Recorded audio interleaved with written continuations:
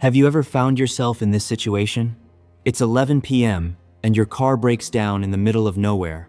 You open your contacts, scroll past the names of your 5 closest friends, and then you put your phone away. You decide to push the car yourself or pay a fortune for a tow truck. The reason isn't that you don't have good friends. It's because a thought flashed through your mind so fast you barely noticed it. They're probably asleep. If I call, I'll ruin their night. I don't want to be a burden. In psychology, we often praise independence, but there is a very thin line between being self-reliant and self-erasing. Today, DeepShift is going to dive deep into the low-maintenance personality, the people who spend their lives trying to take up as little space as possible in the lives of others. The price tag of always being okay. Modern society, especially Western culture, absolutely worships the low-maintenance person. We praise the employees who never complain and the partners who never demand gifts or attention. But let's look at the reality of their world. First, there's their minimalist communication.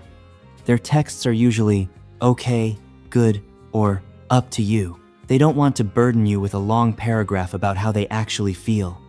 Then, there's the fear of emotional debt. To them, a favor is never truly free. If you give them a ride to the airport, their brain immediately starts doing the math. I owe them a massive favor now. Every relationship feels like an accounting ledger, where they are constantly struggling to keep their balance at zero. But here's the truth. This isn't just being polite. This is a state of hyper-vigilance. They don't believe in pure generosity. They've been wired to believe that love and belonging are conditional. In their minds, the moment they become a bother, they lose their value and risk being pushed out of your life entirely. No one is born knowing how to reject help. Just look at a 3-year-old. They cry at the top of their lungs when they're hungry, and they demand to be held when they're tired. They don't care if you're busy or not. So, what happened? The truth is, most of the hyper-independent people we see today were once the good kids of the past. First, there were the overwhelmed homes. The parents might have been good people, but they were stretched too thin, stressed by finances, exhausted by work, or battling their own illnesses. The child saw that burnout and reached a heartbreaking conclusion. My parents already have enough problems. I cannot afford to be another one. Then there was the subtle rejection. It wasn't always about yelling. Sometimes, it was just a heavy sigh from a mother when you asked to play, or a tired, distant look from a father when you shared something from school. The child learned that their silence was the greatest gift they could offer. The result? You learned to read the emotions of others before you ever learned to understand your own. You became an expert weather forecaster for everyone else's moods, constantly adjusting yourself just to keep the peace. The heartbreaking paradox of the considerate person. This is the part where I want you to stop and reflect for a moment. There is a cruel irony here. The people who are most afraid of bothering others are often the ones who are the most devoted and attentive to everyone else. You're the one willing to listen to a friend vent for 3 hours about their ex. You remember exactly how your coworker takes their coffee. You give the most thoughtful gifts, but the moment you need a shoulder to cry on, you vanish. Why? Because you've turned yourself into an emotional service provider. You feel safe being the giver, because the giver is the one in control. The receiver is the vulnerable one, the one who faces the risk of rejection. You're terrified that if you take off that "I'm fine" mask, people will see that you have holes. 2, that you have needs that aren't convenient. You're scared they'll leave the moment they see the real you.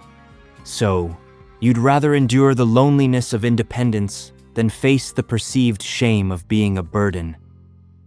In relationships, this type of person often creates a very strange ending. There's no shouting, no slamming doors, no demands for change. They just slowly fade away. When they're hurt, they don't say, "I'm upset that you forgot our anniversary." Instead, they process that pain alone behind closed doors. They tell themselves, speaking up won't fix anything, it'll just make things tense. And so, every time they handle it alone, another brick is added to the wall between you, until one day, the wall is too high, and they decide to leave. Their partner is left confused, asking, Why? I thought we were doing fine. But the reality is, that person had already emotionally checked out 2 years ago. How to stop disappearing. Healing isn't about becoming demanding or selfish. Healing is understanding one simple truth. Intimacy cannot exist without a little bit of bothering. Think about it. Why do you love your best friend? Is it because they're always perfect? Or is it because you've been there for them through the messy breakups, the late-night venting, and the job losses? Those moments of bothering each other are exactly what create the bond. Here are a few small steps you can take. Practice controlled bothering.